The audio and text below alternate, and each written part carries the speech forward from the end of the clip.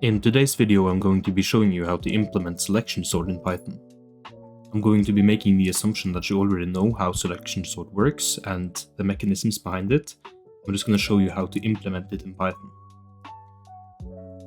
So we're going to start by setting n to the length of the array, making an outer for loop that goes over each index in the array except the last element. We're going to assume that the ith index is the smallest one.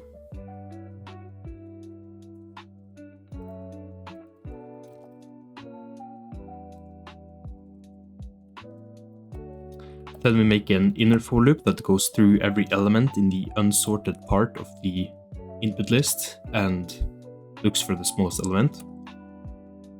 So if we find an element that's smaller than the index that's already the minimum index,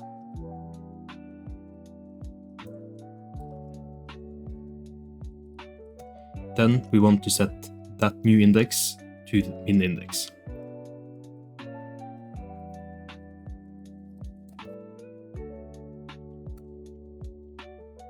And then at the end of this pass, so at the end of the outer for loop, we're going to swap the two elements. So the element at the index I with the min index, the smallest index we found.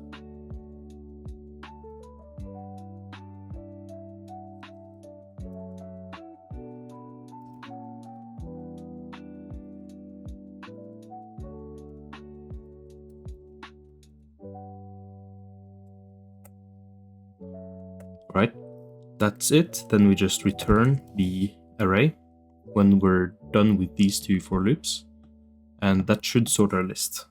So let's check.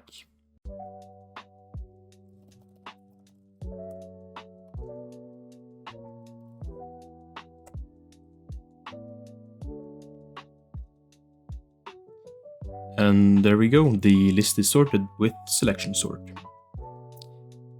Thank you so much for watching. If this video was helpful, please leave a like and subscribe for more videos like this.